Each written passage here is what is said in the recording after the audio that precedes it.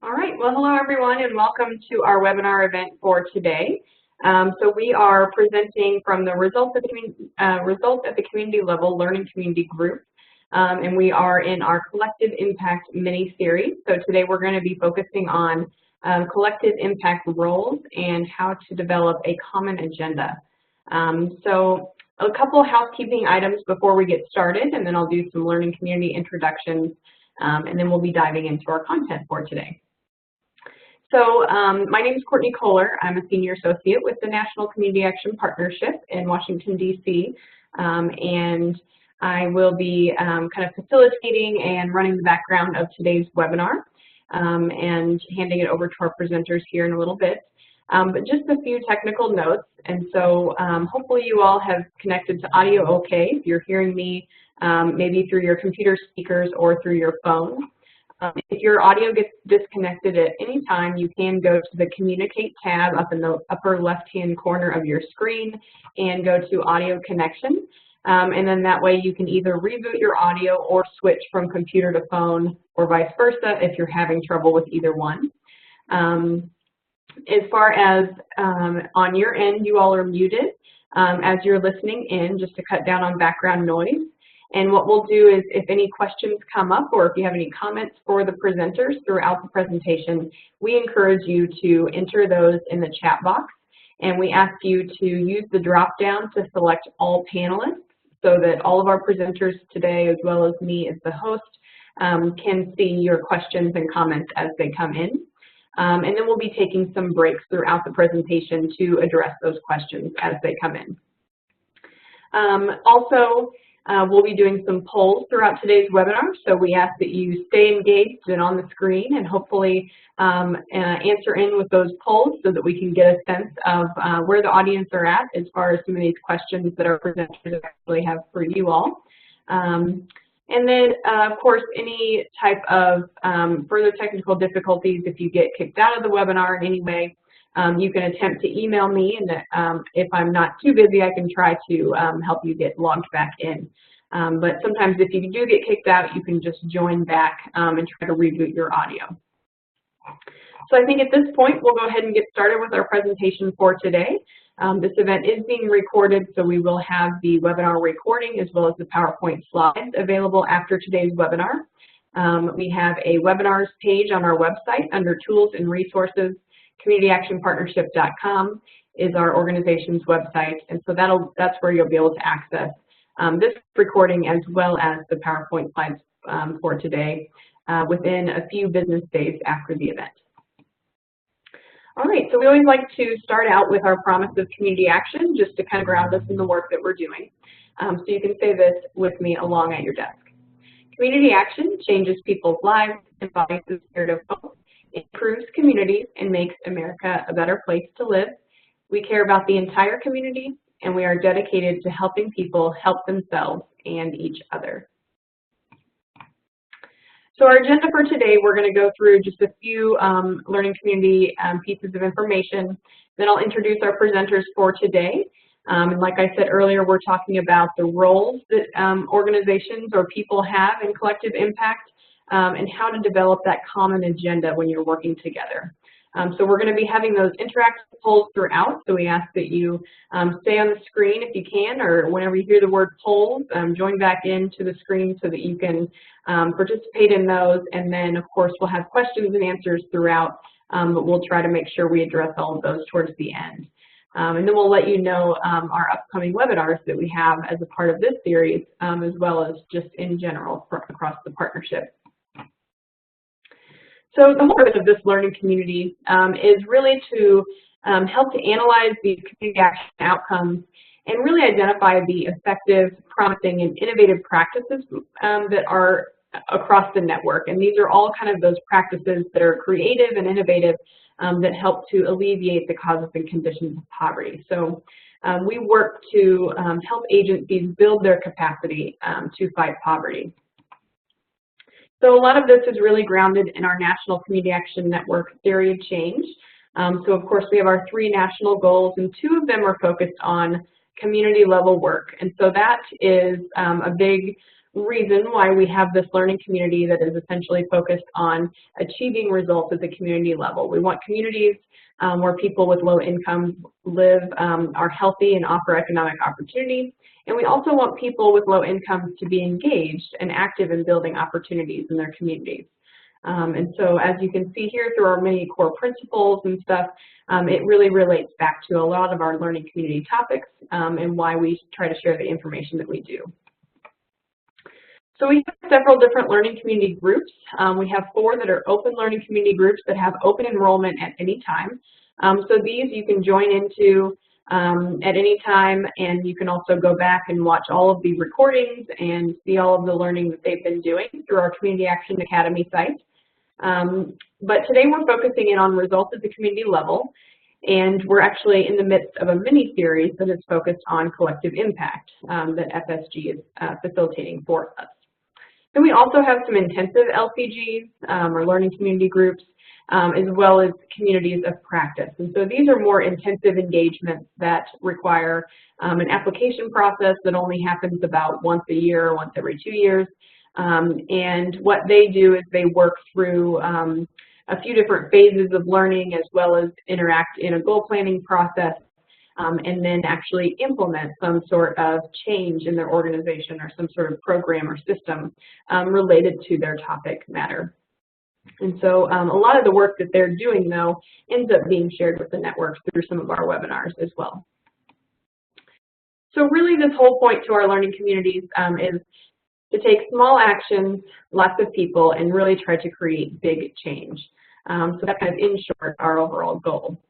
You can see here what our learning community consists of as far as participation across the network. So we have all 11 regions within the Community Action Network that do participate and engage.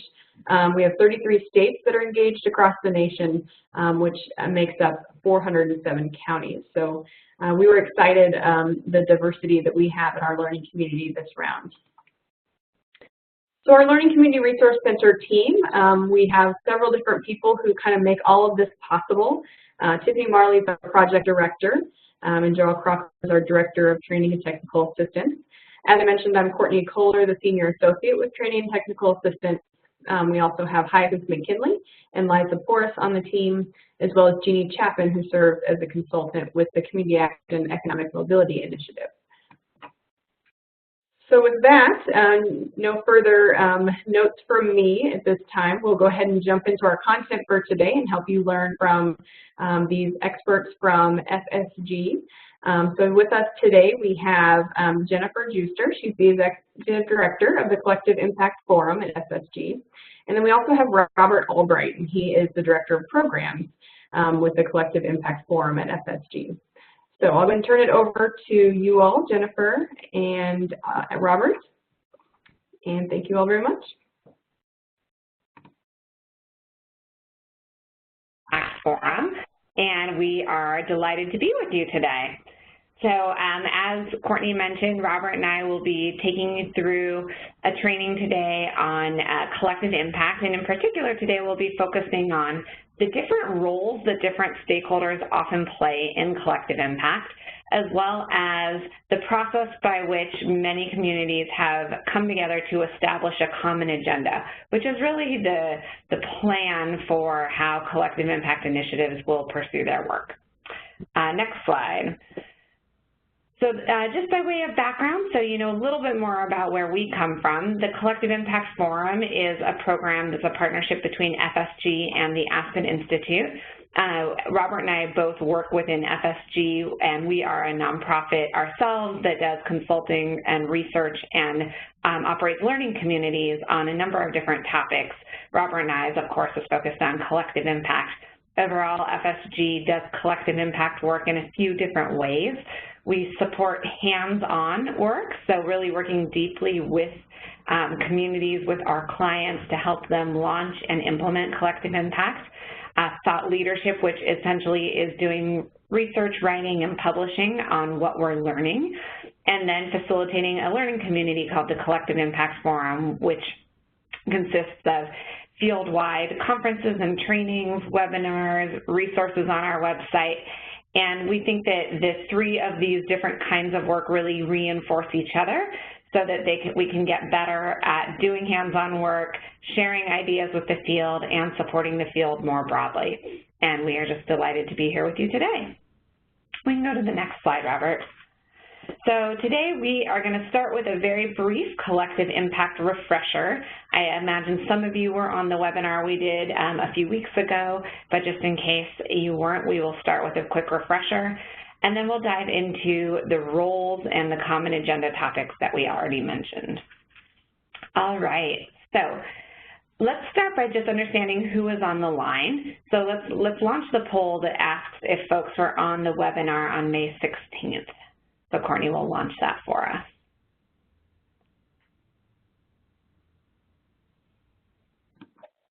All right, working on getting to that poll now. Having a little bit of technical difficulties, but we will get there. Sure, we can give it just a few seconds, and if not, no problem. If we should just move on, let me know. Yeah, we might come back to it just so we don't lose any content, but I'll get to all of the rest of the polls accessible here in just a moment. Okay, let's move on to the next page. So collective impact is a term that when we use it, we are talking about a very specific type of cross-sector collaboration.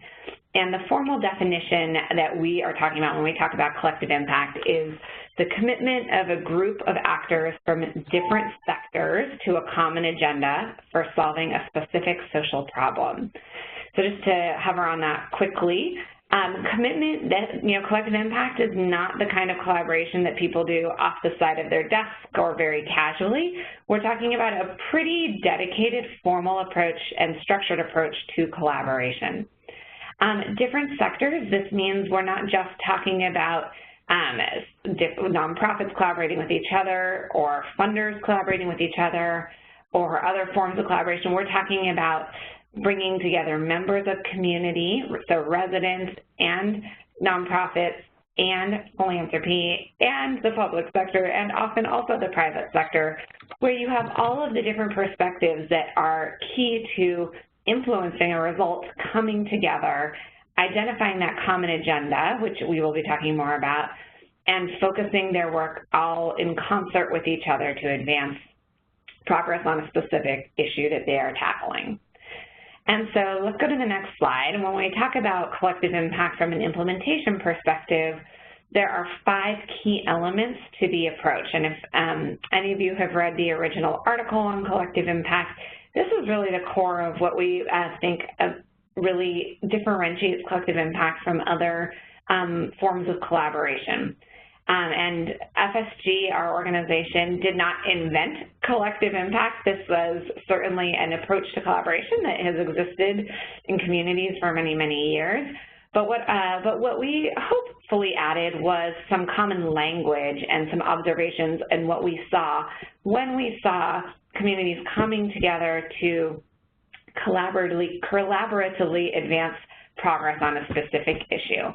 And those trends that we saw in that research are highlighted here as the 5 elements or 5 conditions of collective impact.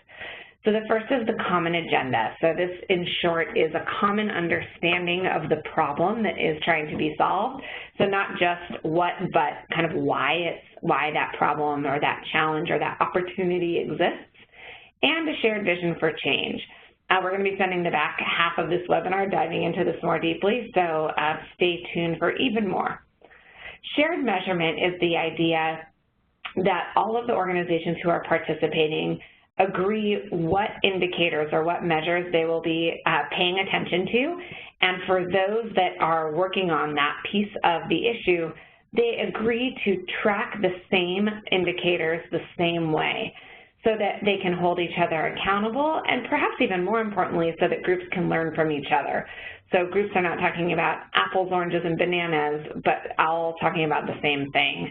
So for example, if we're talking about high school graduation rates, there are actually different ways that different organizations will measure graduation rates, are you talking about just senior year? Are you talking about those who start in 9th grade matriculating through into college? There are different ways that people will define certain terms, and having shared measurement really helps people understand each other's work better, and then as a result enables groups to really learn from each other much more proactively and effectively. So third, we have mutually reinforcing activities. This essentially is where the work happens, and this says that the participants in the collaborative and all of their partners will be thinking about how their work fits together to achieve the goal that is collaboratively identified, so that common agenda. And this means filling gaps. It means reducing areas of duplication and overlap, but it also means thinking about how new work can be taken on together, and often that work is work that no individual organization can take on.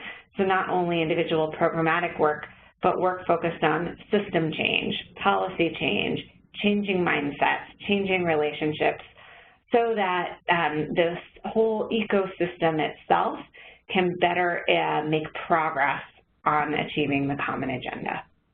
We'll talk a little bit more about that too today. Fourth, continuous communication, pretty self-explanatory, but a key in these types of collaboratives is ensuring that participants are communicating with each other as is relevant, and that relationships and trusts are forming to enable that. And then finally, backbone support. This is having dedicated staff to facilitating the work of the collaborative. So this is not a collaborative that the work happens, again, as I said, off the side of people's desk, but there's actually staff dedicated to making the collaborative, to helping the collaborative make progress. And we will definitely be talking more about the backbone today as well. All right, so in addition to the 5 conditions for collective impact, we think of the 5 conditions as the what, or really more about the structure of collective impact. But I think it's also very important always to ground ourselves in the how, which is how this collaboration can really take root. And I think a lot of this is likely quite familiar to you. This is not necessarily all unique to collective impact, but without stating these, I think that some of them can get lost in the process of trying to think exclusively about the nuts and bolts of collective impact. And these 8 items here are what we call the principles of practice. And those principles of practice were identified through a broad range of conversations that we've had with people doing this work very deeply in the field. And they have emphasized really lifting up these as important for how. I won't speak to all of them now, but the first one is prioritizing equity.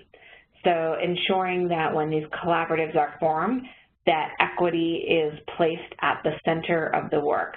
So that means focusing on reducing disparities for vulnerable populations, having representation of different perspectives on groups on the backbone team, on steering committees and working groups that come together, and really ensuring that the actions that the group takes on are focused on really removing the root causes that are holding problems in place. In addition, also, this I'm sure resonates with you all, including community members in the collaborative and ensuring that these collaboratives are not only top-down collaboratives engaging only folks in formal positions of power, but that the work is truly rooted in community with residents. There are a number of others here, but those are the 2 that I will emphasize before we move into the rest of our presentation. So I want to just pause quickly and see if there are any questions that are more definitional around collective impact itself. We have not seen any questions come in just yet. Okay, well, to everyone on the line, certainly feel free to share questions as we go. We will be pausing at a few different points throughout, so you do not need to hold your questions until the end. All right, Robert, let's go on to the next section, and this is going to focus on collective impact roles. Okay, so what you see here is a visual that we like to start with in thinking about the collective impact structure. And it looks a little bit messy, but let me just speak to this. And I'd like to start by thinking about the right-hand side of this slide, which is the cloud that we call the ecosystem of community partners. You can imagine all of the little white circles being individual residents or people or organizations, the different partners that are going to come together in this collaborative work. And these organizations and individuals, of course, already exist in community. And so when collective impact initiatives are taking root, we always want to start by thinking about what work is happening and what strengths exist within the community that we want to lift up and bring together. And often the first place that starts is by forming a steering committee. So on the left-hand side, you will see the blue circle of the steering committee that is comprised of the little white circles of community partners. And the steering committee, I will speak a little bit more about it, but that is the strategic guidance and support that is comprised of a group of cross-sector leaders and individuals from across the community. Then we also have the backbone support, which I already mentioned, which is really playing a facilitative role. So facilitating the steering committee, facilitating them, that group to set that common agenda, and facilitating the work to happen over time. After we have the steering committee, then often we see those blue circles on the right take hold, which are the work groups. And this is really where the work happens. So you can imagine that an initiative will have a big picture goal and then different pieces of work that will need to happen in order to make progress on that goal. So for example, if you have an initiative that's focused on education, you might say that the goal overall is to double the rate of high school graduation in the next 10 years while reducing the achievement gap. And then you might say, well, how should we divide up this problem? We will need a group that's working on early childhood, so that might be a work group. And then you might have a group that's working on third grade reading, and you might have a group that's working on out of school time and summer learning loss. And so each of those different subtopics would be a work group where you would see people coming together. And so this really is the representation of the structure of collective impact. And we used to show this looking a little bit more like an org chart, if you will, where you would have the steering committee at the top, and then there would be work groups underneath it, and the backbone would facilitate the process. But in reality, that is much more, org chart looking type structure is much more hierarchical than the work should be. And so this representation here that looks a little bit more like a cloud or an ecosystem is the mental model that I like to hold when I think about the way different partners are coming together. Okay, let's go to the next slide. Courtney, do you think we could do a poll here? Yes, all the polls are accessible now. Okay, so let's do this poll here. All right, so if you're currently participating in a collective impact initiative, what role do you play? So let's just give about 30 seconds for people to respond.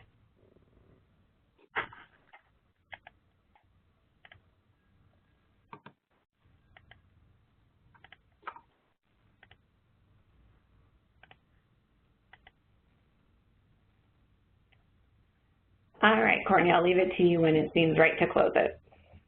Okay, we'll give you all a couple more seconds.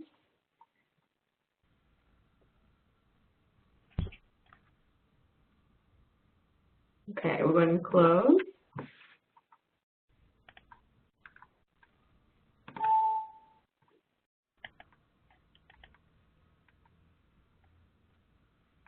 It's loading, and then I'll share the poll results with everyone.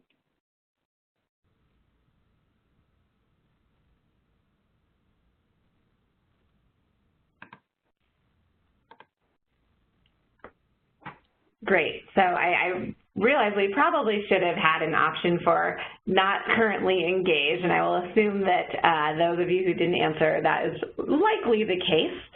but it looks like we have a mix of folks playing the backbone as well as some members of the steering committees and working groups or other capacities. So a good range of different options here.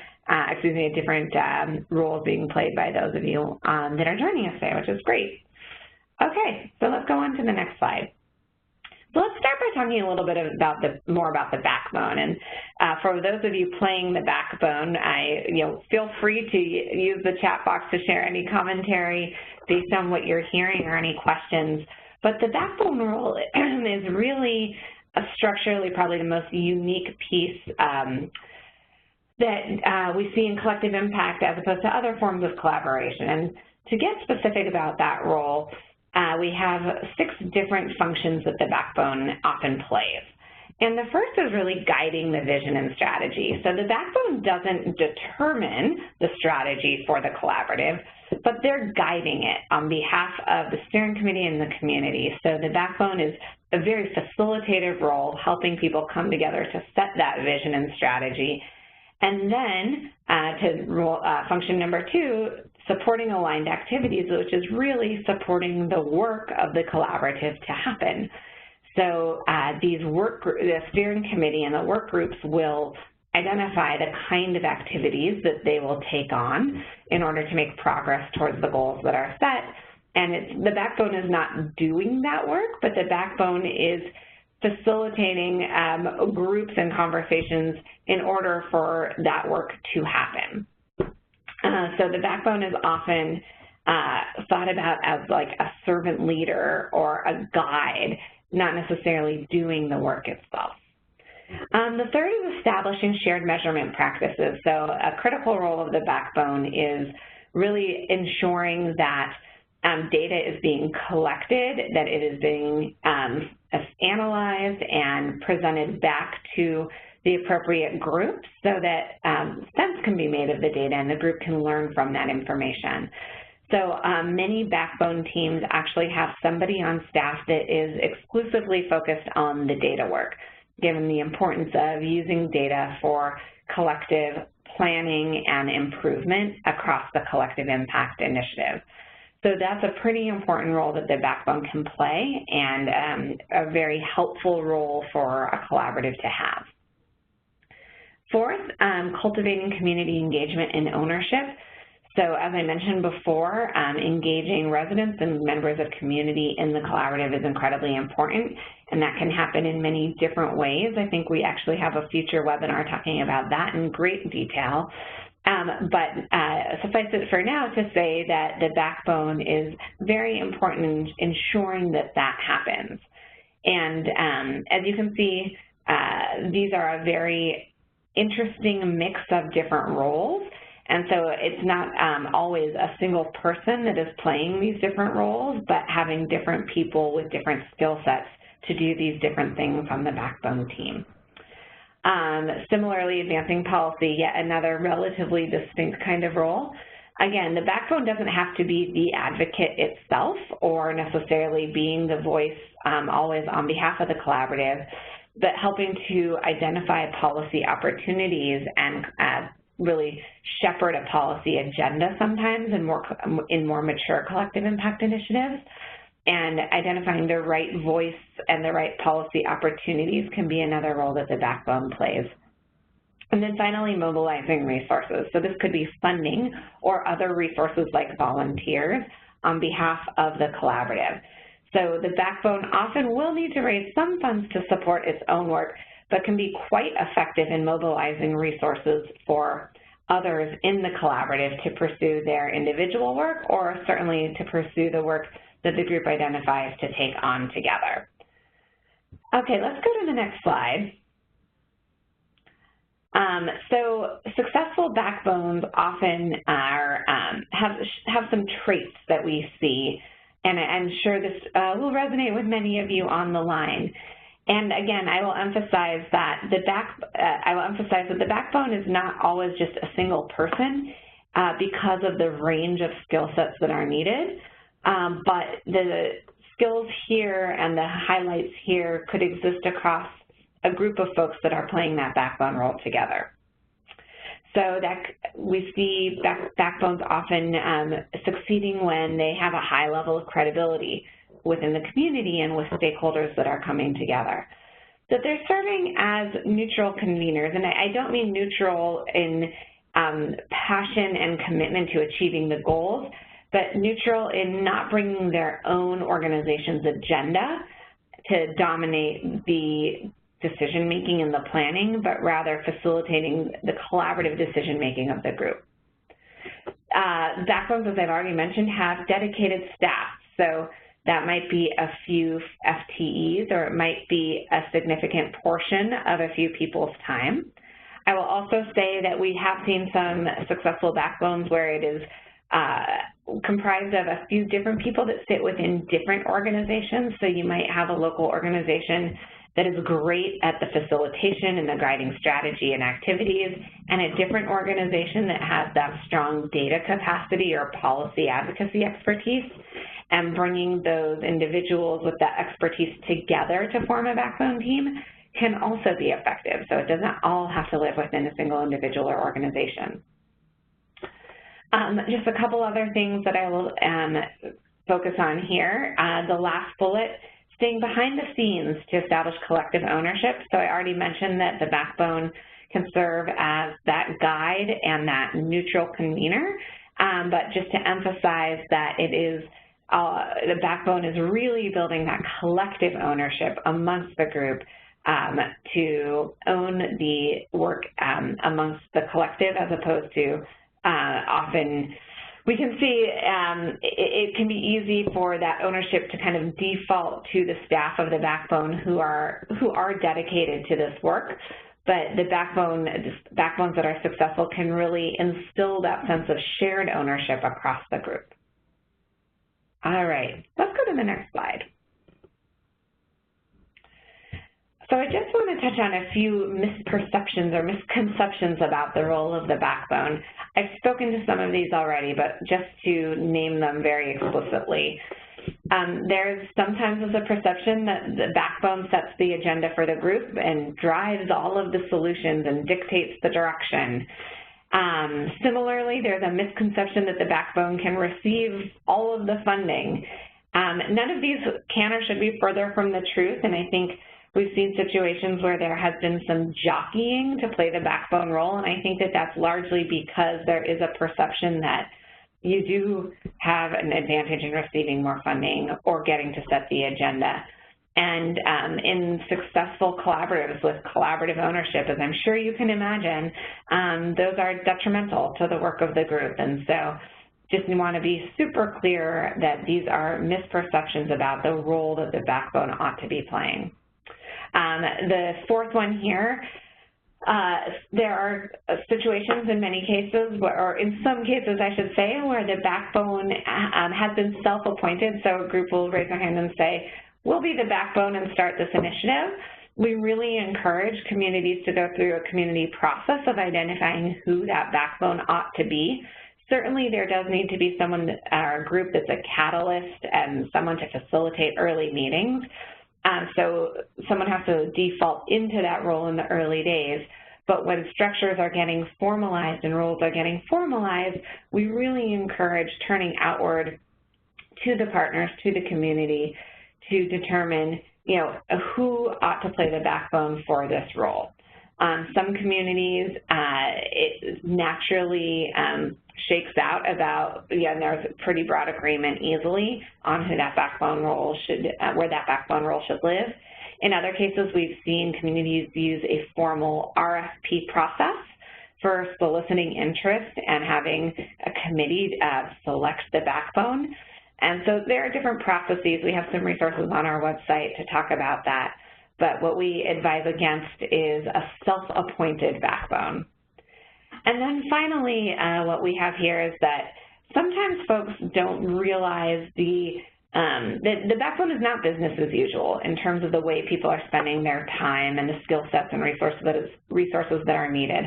I've already talked about the very facilitative nature of this. and the dedicated amount of time that is required to effectively weave this network and play this backbone role. And I think that that is often underestimated when people are taking on the backbone work. Okay, let's go to the next slide. So let's transition to talk a little bit about the next role, which is the role of the steering committee. So the steering committee serves as almost like the strategic guidance for the work. So in the early days, the steering committee often is the group that helps lead the creation of the common agenda. So that means seeking broad community input and then being champions for that common agenda across the community once it is identified. And then once the initiative is up and running, the steering committee often plays a very important role in oversight. So that is looking for connections across the different work groups, looking for new opportunities as they arise, working with the backbone to ensure that the whole collective is making progress towards the goals of the common agenda. So looking at data and really making sense of that data and keeping just that big picture bird's eye perspective on the initiative itself. In terms of what the steering committee engagement looks like, typically these groups, especially in the early days, will be meeting every 4 to 6 weeks. Often with engagement in the interim with the backbone or championing the initiative in the community. And we find that groups find it very helpful to get at least, it's a 6 to 12 months here, I would say at least 12 months commitment from steering committee members up once the work takes hold, so that you have some sense of early stability in the oversight of the initiative. So let's go to the next slide. And so a few thoughts on selecting members of the steering committee itself. So we have attract and avoid. So in terms of attracting, the traits on the left are, again, not all things that would live within a single individual, but some guidance on the holistic composition of the steering committee.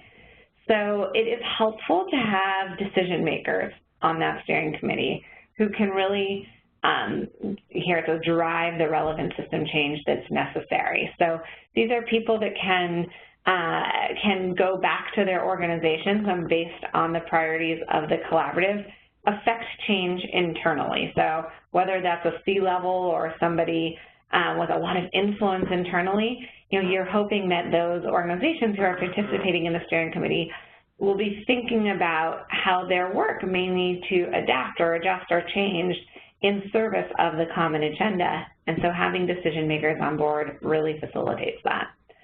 And holistically, you want it to be representative in a number of different ways. So geographic coverage, but also different populations being served, different perspectives being represented. So representative across a number of different dimensions. Having some real influential champions to raise the awareness and clout, if you will, of the initiative can be very helpful. And then I won't speak to all of these, but I'll also focus on having people who are focused on the greater interests. So people, we will often say, can take off their organizational hats and make decisions on behalf of the community, on behalf of the whole. Certainly, you, as I mentioned, will want them to be thinking about the impact that their organization can have, but as a member of the steering committee, their job is to be thinking about the whole, the collaborative itself. And then finally, lived experience. Having individuals on that steering committee with lived experience on the issue that the group is taking on is important, and I would say essential. So the avoid column in some ways is the mirror image of the attract column, but you certainly want to get beyond the usual suspects. So part of the power of collective impact is bringing strange bedfellows together, people who don't naturally always work together. And so having too much agreement or too many of the same people that always work together really defeats the purpose of that. Certainly people who cannot leave their egos or their organization's egos at the door would be problematic. And you also, the second to last point here I'll underscore, you want to avoid people who are just coming because they think that it will lead to funding for their organization. There may be new work that starts that will receive some new funding in some cases, but avoiding that as a primary motivation is a suggested approach. Okay, let's move to the next slide. So I wanted to just share a few lessons learned on the formation and the work of steering committees themselves. So I'm not going to read all of these, and we'll gladly make the slides available to you after. But I want to actually start on the first one here, so that relationships can be more important than the output.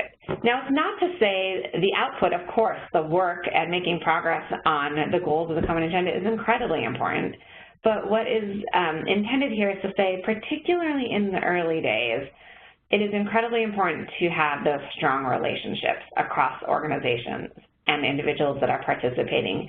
And rushing through building relationships just to get the work done and get a plan on paper can really backfire. And I'm sure many of you have experienced those kind of planning meetings in the past. And so really not forgetting about building relationships as a core outcome of the process is something that we wanted to share as a lesson learned. Another thing that I just want to emphasize, is that this does take time. So in a recent research study on collective impact called When Collective Impact Has an Impact, this was a study that was looking at what traits and characteristics of collective impact initiatives were essential in those that actually saw systems change and population level impact. And a couple things that they saw related to this taking time. First, that the initiatives that they studied had been ongoing for upwards of 5 and most upwards of 10 years. And they were, achieved incredible results, but the work takes time. And those of you certainly on the line know that the kind of work you're working on takes time, and so does the work of this kind of collaborative. And what they also said was having a foundational steering committee and common agenda was a very key finding for groups that were successful over the long term. So not rushing through the early stages of bringing a steering committee together and forming a common agenda was one of the key findings of this field-wide research study on collective impact.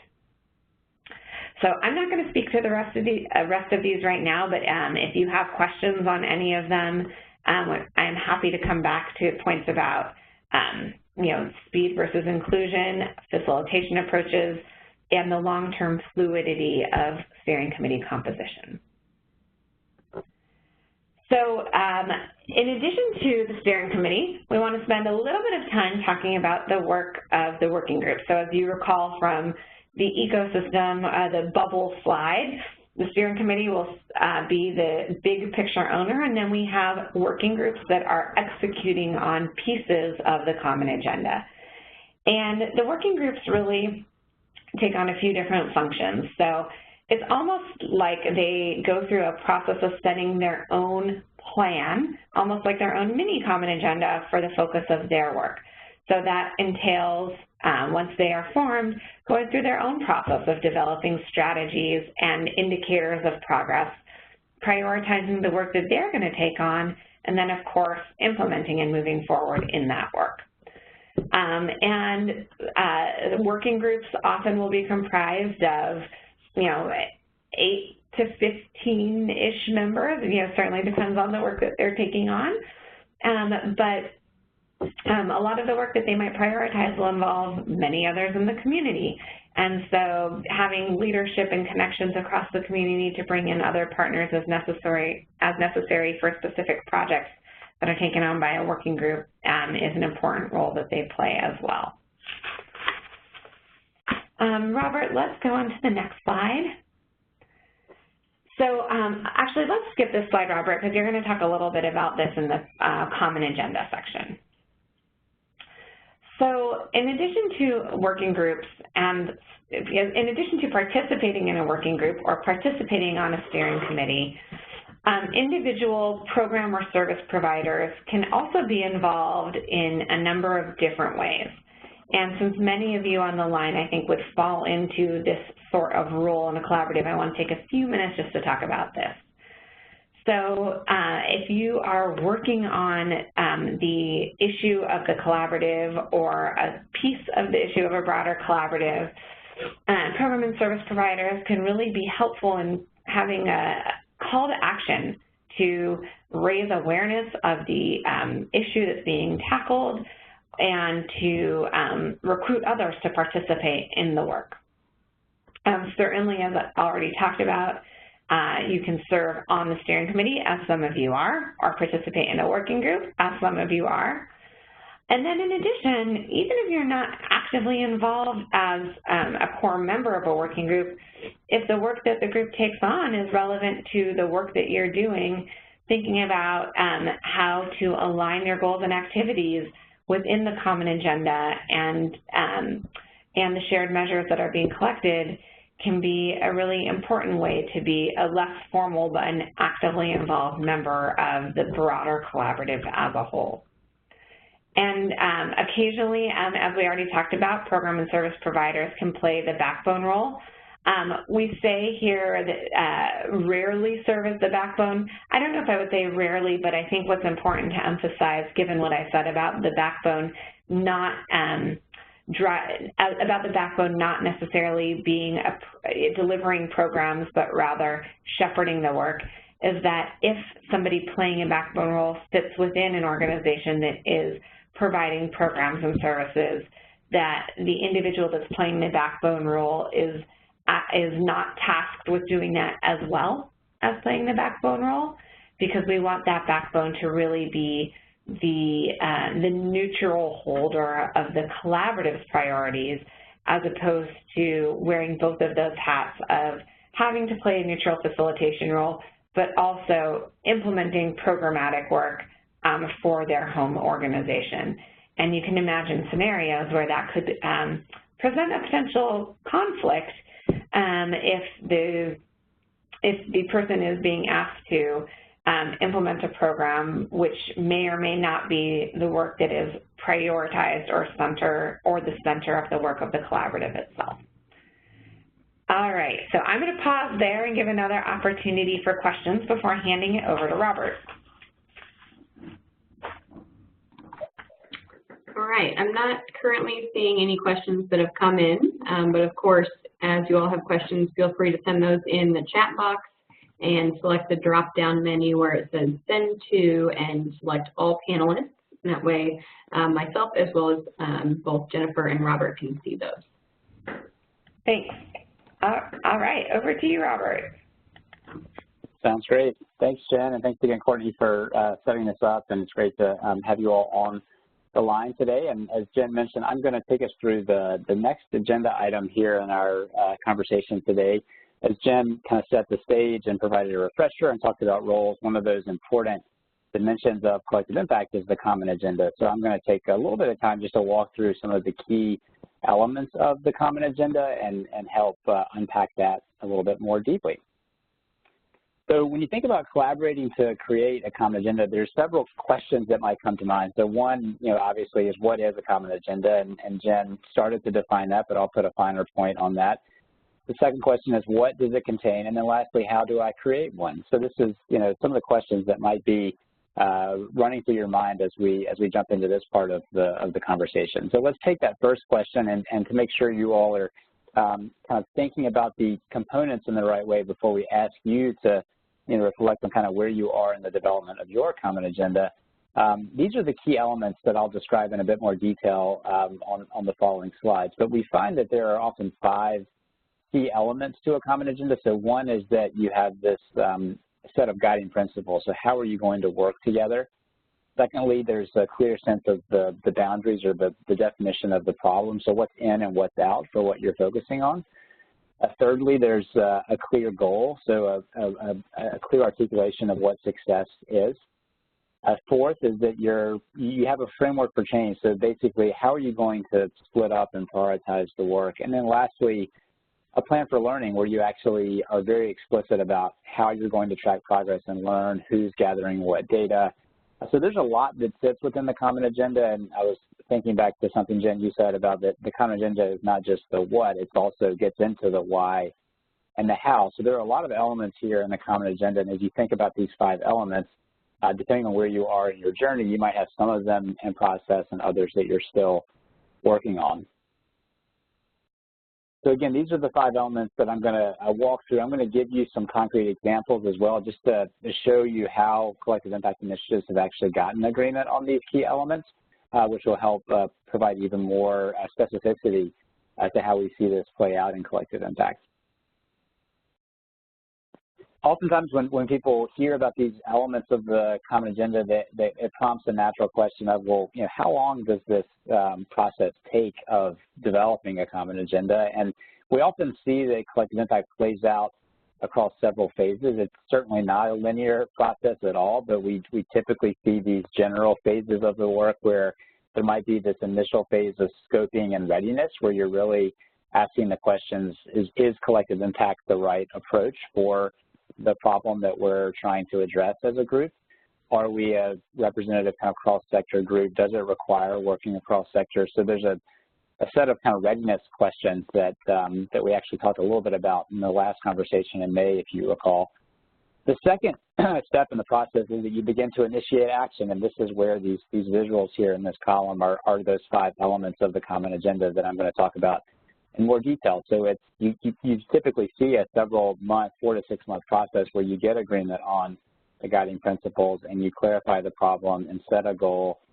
It's not that you just completely check these boxes and you're done, but you definitely see some traction, some progress that happens in a 4 to 6 month time period.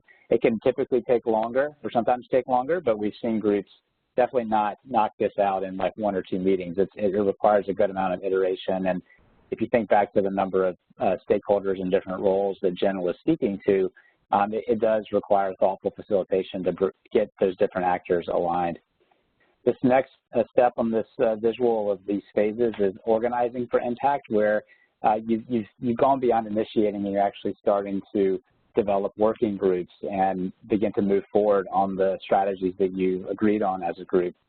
And then lastly, there's this developing and sustaining impact over time where you see a lot of iteration and revisions over time. We definitely have seen collective impact initiatives that if you took a snapshot of their work in 2016 and then you took another snapshot today, 2 years later, that working group composition and set of actors that are involved might look quite different. So it's helpful to think about this more as an iterative process rather than a start and finish process, and so hopefully you'll get that message loud and clear as I walk through more of these slides and examples.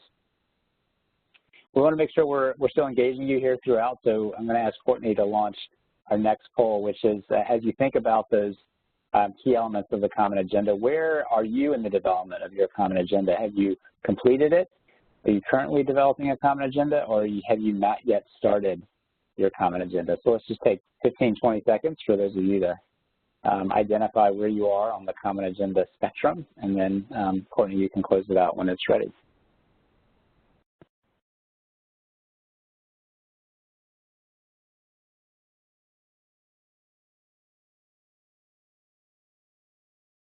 Great, maybe just 5 more seconds, and then we can, Courtney, you can close it out when you feel like you've got enough of a critical mass of respondents.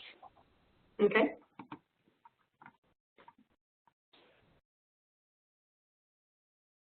All right, go ahead and input your last, in your last seconds, your answer if you haven't already. See, some people are still doing that.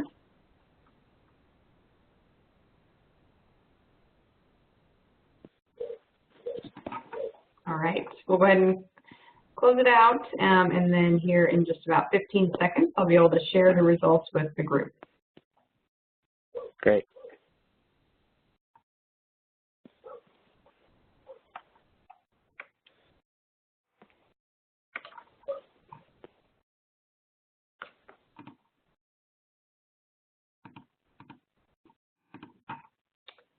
All right. Perfect. Poll results have been shared.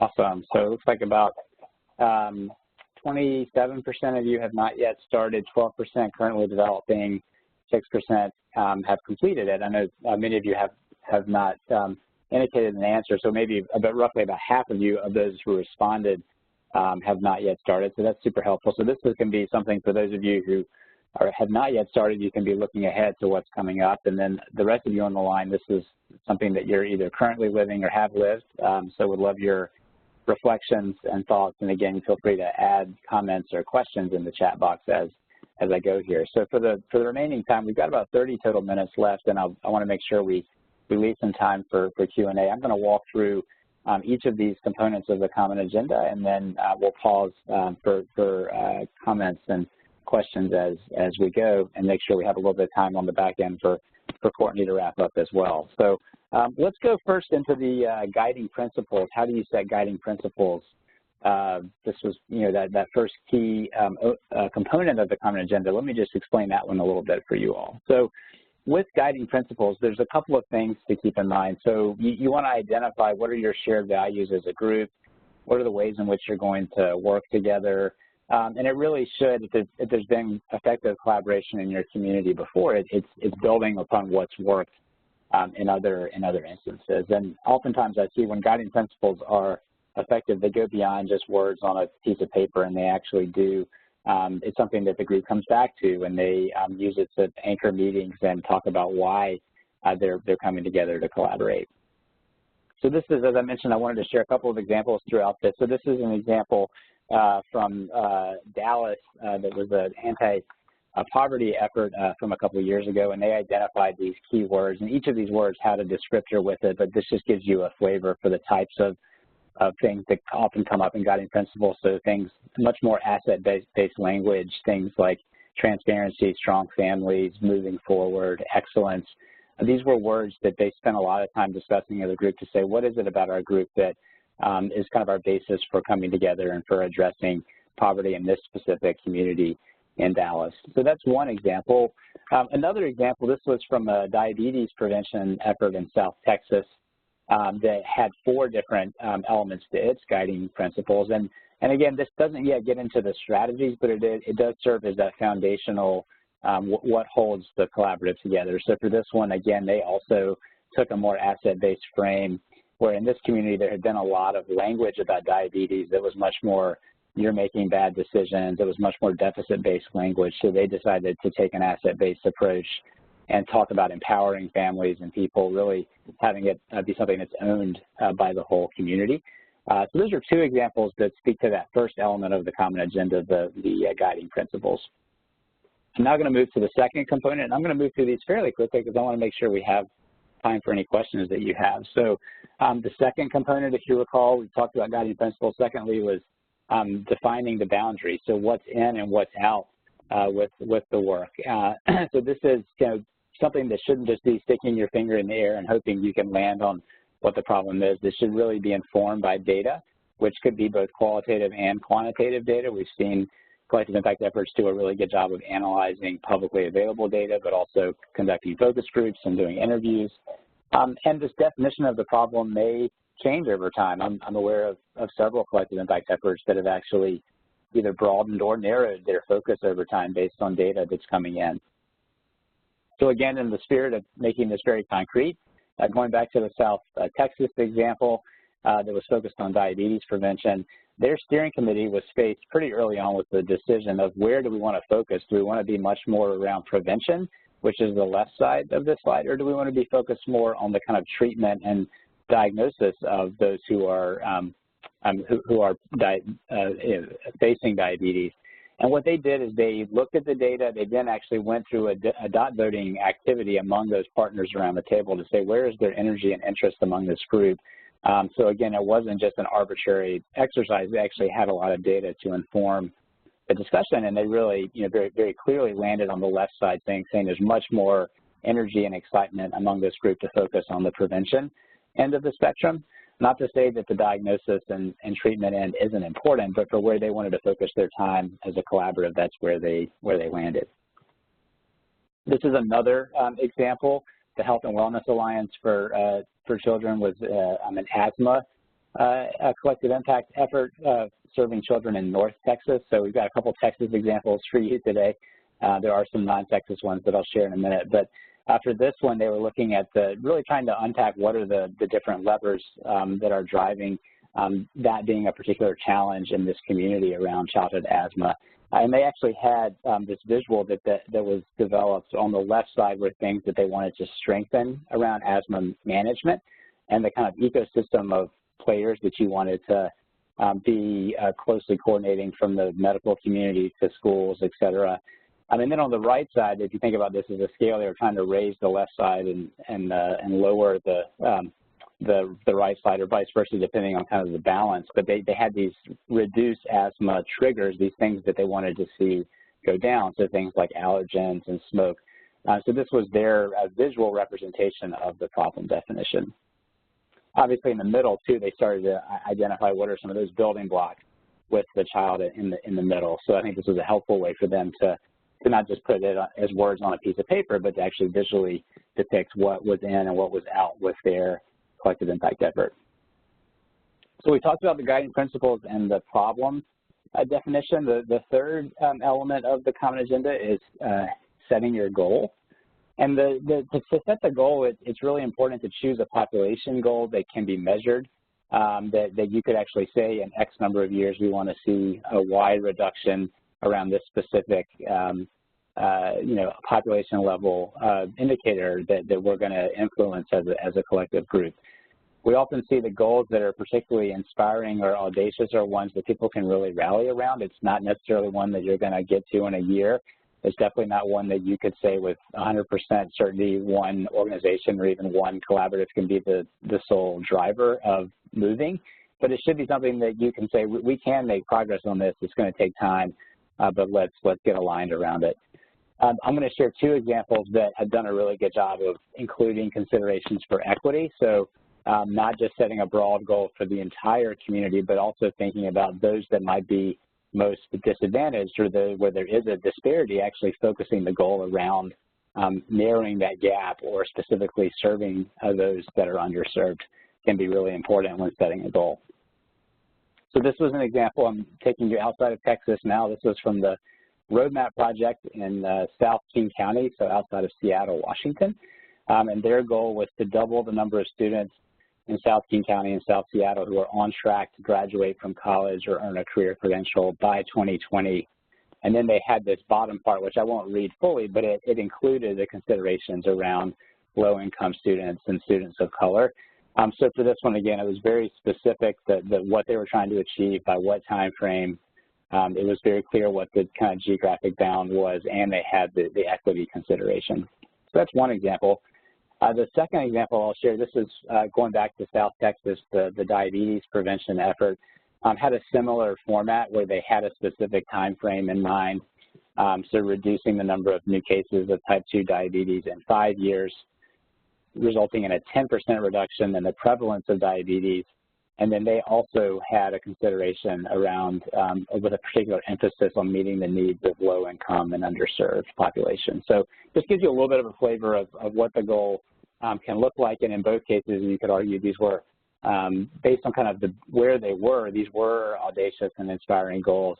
It was something that they continue to come back to and track over time. So I want to stop here, and some of you may be more in listening mode and don't have a question, but I'm going to go back to the chat box. I don't see anything that's come through on the chat side, but Courtney, feel free to jump in if anything comes in as I'm going. We have another point in this presentation at the end to also take any questions. So I don't see anything right now, so I'll keep moving along, but definitely welcome any questions that this part of the presentation is prompting, or if there's anything that Jen mentioned before that you'd like us to come back to, we're happy to do that. But for the sake of time, I'll keep moving. So again, we've covered guiding principles, problem definition, and goal. There are two other dimensions of the common agenda, and these last two dimensions, I would say, are probably the ones that take the most time and are really the ones where we see probably the most iteration and change over time. So for those of you who said we're currently in the midst of developing a common agenda, my sense is that you probably already have the guiding principles, a clearly identified problem, and a goal, but where you're in the midst of going from kind of the planning to the doing is that you're trying to figure out how do we actually structure the work, how do we bring in different partners, how do we actually implement on the common agenda, and that's where we're heading next. So we call it kind of the framework for change, but it's really like what is the structure that you're going to put in place, and this is a good complement to what Jen had talked about before, where she showed the different visuals or ways that you can talk about the ecosystem of partners and the balance between a steering committee and working groups. And I'll, again, with this one, share some examples that illustrate how communities kind of divide up the work among partners. So it's important to prioritize strategies that you want to work on. So if you think, again, in a logic flow where we just talked about defining the goal, that should naturally trigger a question of if we want to achieve that goal, what's it going to take? What are the strategies that we want to really double down on to address that goal collectively? And so we often see groups go through a process of saying, what are those 3 or 4, sometimes more strategies that we want to work on? What are the groups that we want to actually develop that might be action teams or working groups, as Jen referred to them? We see that structure often play out. And this notion that it's an art and a science, there's often the sense of can we just have a clear roadmap or set of steps that we can follow, and there are some common patterns that we see that make this a bit more of a science, but we often see that it's more of an art too, where you need to go where there's momentum and energy, and maybe there's already a committee that's formed around a certain component of the strategy. It doesn't make sense to create something new, like work off of the assets and resources that you have in your community.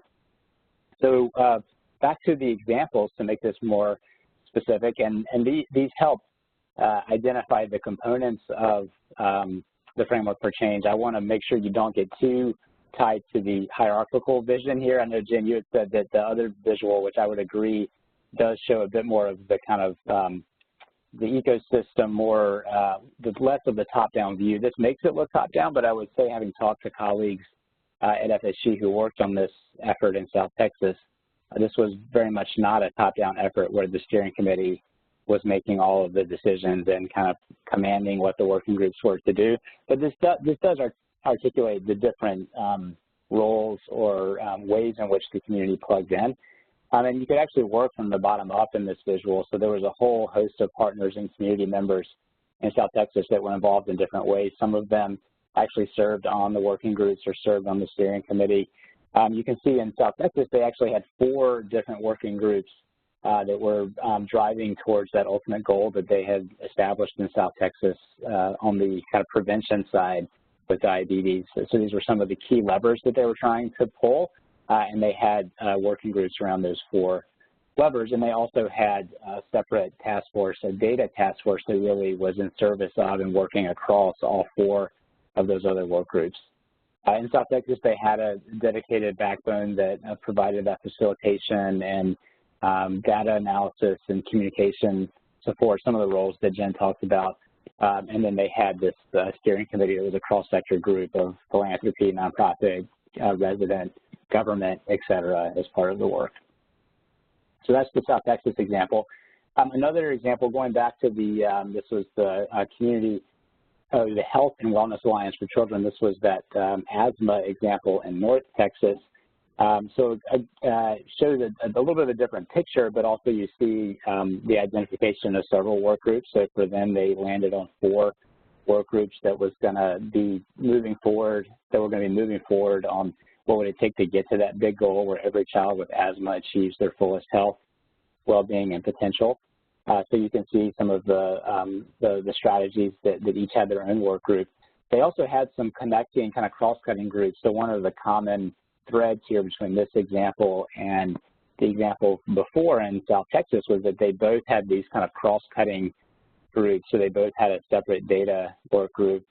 Here in North Texas, they actually had a separate policy group as well. So there's different ways that you can structure it, back to the point of it being more art than science. Sometimes I've seen working groups actually decide, you know what, we don't want to have data sit off on its own. We want it to just have data experts embedded in each working group, but sometimes it can be helpful to have a dedicated group around something like data. And you can see for them, they also had a steering committee, and they also had an advisory council, which was a group of senior decision makers in the community that were not going to be as involved as the steering committee, but would want to provide feedback at different points in the process. So some groups say that's too many layers. I don't want to have a distinction between the steering committee and the advisory council. Others may say it can be helpful to broaden and distribute leadership and buy-in to have two different groups like that. And then lastly, so to kind of walk you through again and remind you these different elements of the common agenda, we talked about the guiding principles, the problem, the goal, the framework for change, which is how you divide and conquer, think about strategies to achieve that goal. And then lastly, you want to say, how are we going to plan for learning and evaluation? How are we going to know that we're either making progress or not? What would it look like to potentially adapt or change over time based on the data that we're gathering as a group? So it's important to think about shared measures early on. So the natural outflow of getting alignment around the goals and strategies is that should help you focus on what are those indicators and metrics that you're going to track over time. And ideally, you'd be able to see change happen across different dimensions. But this is not just an accountability, just gather data for data's sake function. This should really be in service of learning, and the efforts that I've worked with or that we've researched that have done a really effective job around shared measurement have approached it much more as data as a flashlight rather than as a hammer, which I've heard many people reference before, and that's an important way to think about this component of the common agenda around learning. So just to kind of close out this section with the examples, this is going back to South Texas again. So as I've mentioned, they had 4 working groups. That was really where a lot of the work was happening. That was the implementation side.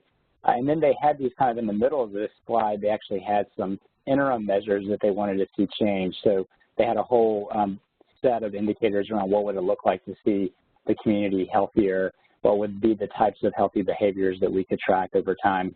So they actually had, if you kind of double click on this slide, they actually had specific metrics that they were tracking within each of these columns. And then ultimately, they wanted to see reductions in risk factors and ultimately reductions in diabetes. And these were things that they were able to track and learn from over time. The last group poll, and then we can pivot to any final questions that you all have before Courtney wraps us up. So we talked about these 5 elements. What part of the common agenda do you think is the most challenging to develop? So Courtney, thanks for already setting up that poll. We'll give folks 20 to 30 seconds to fill that one out.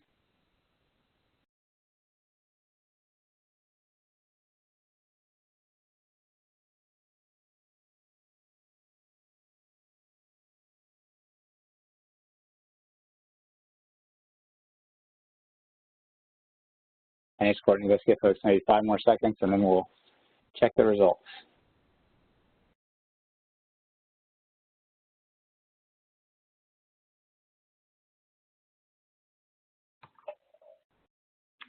All right. I'll go ahead and close out the poll then. Okay.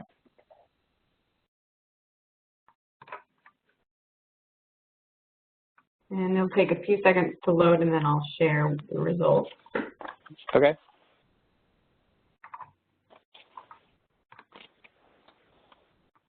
All right. I think everybody should be able to see now. Okay. I'm not surprised to see this, but the majority of you who responded said that the framework for change was the one that was the most challenging. The second most challenging of these was boundaries or problem definition.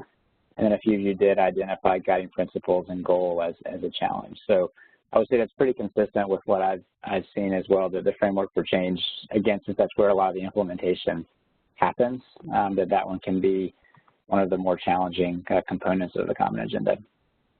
So just to summarize, so these were the 5 elements of the common agenda that you should consider answering. It sounds like some of you are already in the midst of or have already answered these components, but for those of you who are just getting started, these are some things to keep in mind as you look ahead. So with that, we've got one more block of time here for a few minutes of questions, and then Courtney, you can take us home, but let me go back to the chat box. This will be a chance if anyone has any burning questions. Maybe Jen and I were so comprehensive that we answered all your questions along the way. We did cover a lot of ground on this webinar, so I appreciate everyone's attention as we've gone through this. But does anyone have any questions before we close out?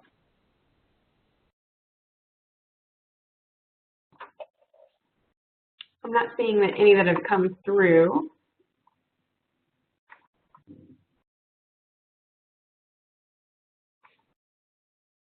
All right, Courtney, I'm going to pass the presenter baton back to you, and if we have any time at the very end, if you see any questions come through, we're happy to take them, but if not, I'll go ahead and let you talk a little bit about next steps.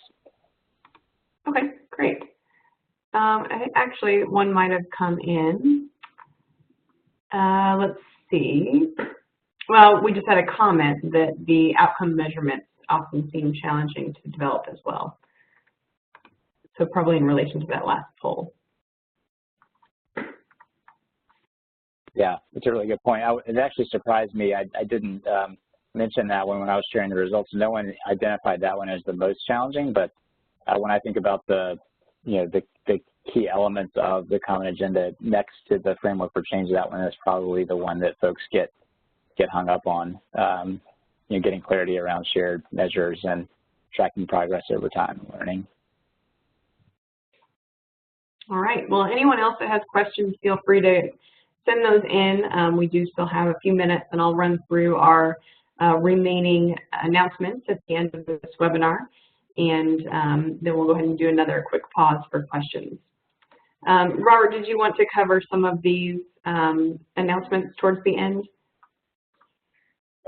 Sure, happy to. Sorry, I forgot that this was one on the back end of our presentation. So these were the other learning opportunities that we're specifically excited about. I know there's others that Courtney will talk to, but there's the upcoming webinars in this series on August 15th and September 26th around evaluation and community engagement and equity.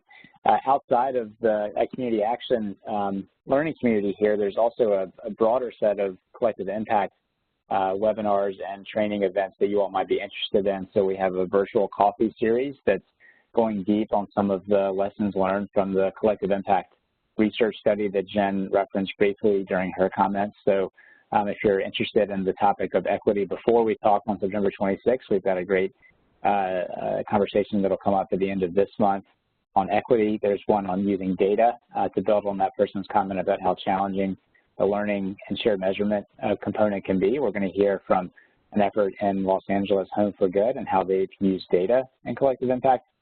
And then there were two efforts that we wanted to have a conversation with from the recent research study who have some interesting insights around sustaining momentum with collective impact, and those are some efforts in Milwaukee, Wisconsin, and then a statewide effort in Connecticut. So those are some virtual learning opportunities, and we also have our next backbone training called Champions for Change, which will be in Los Angeles in October. That event is our longest running event, and it's likely will sell out. It has every year that we've done it. So just some things to keep on your radar. Courtney, I actually do see a question that's come in. Do you want me to pose this one, or Jen, or I can take it before you? I want to make sure you have time to wrap up. But should we cover this one real quick? Yeah, go ahead. Okay. So thanks for the question or comment. I'm curious whether you have examples of city government using collective impact to tackle an issue. I work for municipal government, specifically for the Health and Human Services Cabinet in our city.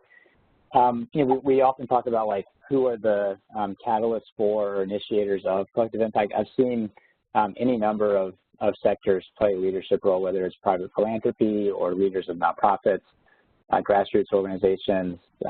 Government is definitely one that can play that role.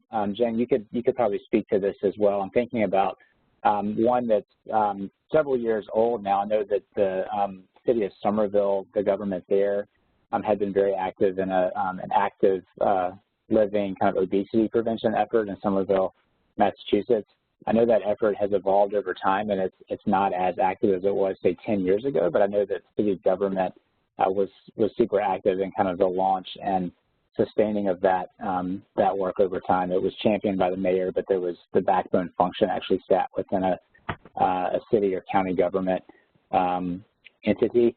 I'm aware of other efforts. There was a collective impact effort in the Midwest that started out of the mayor's office and was really city government led and is now run by an independent nonprofit backbone, but there was, again, city leadership that played a really important role. It was a cradle to career effort, so similar to the example I shared in Seattle. It was an effort in Chicago.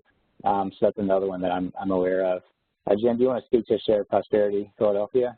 Yeah, I just put a link in so everyone, if you're interested, could check out Shared Prosperity Philadelphia, which is actually the local CAP agency in Philadelphia. One of their colleagues spoke on the webinar that we did back in May, so you could definitely listen to that, but they are a government agency that is the catalyst for quite a number of different collective impact initiatives, one focused on housing, one on economic development, and a few others. Another example that comes to mind is here where I am in San Francisco, an initiative that is called SF Hope, focused on sort of housing and poverty, reducing poverty and increasing economic opportunity for folks in San Francisco. So those are just a couple others of many that come to mind.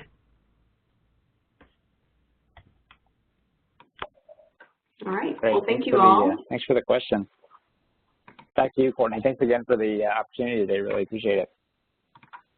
Sure, no problem. Thank you all for joining today. We appreciate sharing your expertise, and thank you those that asked some questions and those of you who participated in the polls and interacting in our webinar today.